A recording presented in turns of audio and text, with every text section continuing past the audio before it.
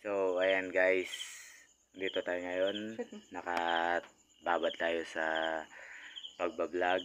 So, hindi masyadong maganda yung ibablog natin. So, kaya nang bahala guys kung ano ba yung mga dapat na ipayo nyo sa amin kasi sa mga nangyari at saka sa mga comment kasi nag-vlog lang daw yung pinsan ko na si Albert Amugis.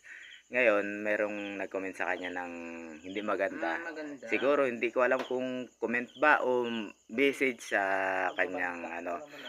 So, makikita nyo ngayon dito guys, i-ano ko rin yung mga sinabi nung lalaking yun, kung sino man yun. Tsaka sana kung ano yung mga mapanood nyo dito.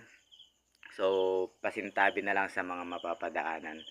Ito guys, antayin nyo na at i-ano ko na. Salamat. So, ayan guys, hindi naman sa paninira sa kapwa-tao.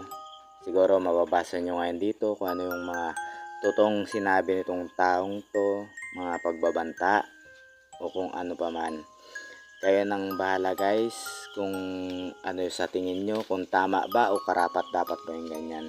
Kahit na anong gender man ng tao, sana respetuhin natin. Huwag sanang ganyan. Oras lang, matagal na ako sa Bulawin, sa inyo lang ako naaangatan. Ingay ng motor mo. Ito ba, maingay ba motor ko? Laki yan. Ngayon sabi niya, ina mo, yan ang ipapalo ko sa'yo, tanga. Wala akong pake kung magkamag-anak sa Amugis. Kung kamag-anak sa Amugis, sabi ko, lahat tinanggot ko ng bihi, wala doon silang kilang ganito. Pusher yan. Tang ina mo, kakatayin kita, sabi niya. Yung account na yan, dami account yan, kilala ka niyan. Yung sabi niya, ang ingay ng motor mo. Oo. Dahil, alam mo nga, negative niya yung lahat ng ano ko eh. Kilala ka. Pwede rin ano yan.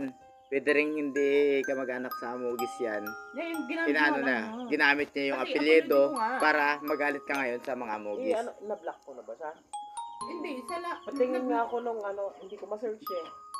Nung account niya mismo yung sa isang Facebook. account niya, wait lang ha. Ano ko sa ano ko. Nakakunik ako sa'yo, search ko lang makita. Sa Micaela ko. Ayun no, so yung sinag, di ba? Ngayon, search ko siya. Doon sa isang account niya, afro siya, hindi ko inano ka afro ha. Sabi ko, wala, kinagamit yun yung yung afro. Doon ako nainis. Ginis ko. Hindi, tsaka makita mo naman kung Oo nga. skip tron siya, makita mo sa wall niya, sa DP niya, na may 1998 katibayan eh, na may, 1998 na may katibayan siya. Kahit isang picture na katibayan na skip tron. Okay. Ngayon, hindi ko kasi ano siya na yun, nagbabanta nga lang sa akin. Ipatingin niya ako ng profile niya, anong po niya sa Facebook. Wala ganun lang siya.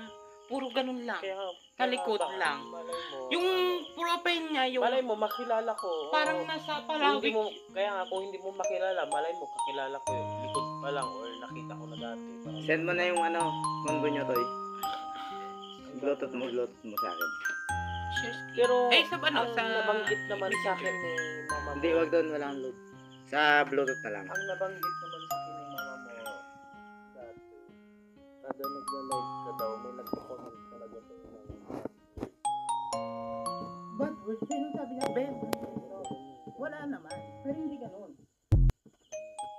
Person ko kagabi. Nag-live lang sabi ni mama. Oo, naglaba ko kagabi. Nag-live lang. Tapos sabi niya, hindi pa yan yun nung nakaraan pa. Iba to. Ano natin? Toy, Kwentuhan ko siya. saan? San Ryan? Papasikatin natin kung sino man yan.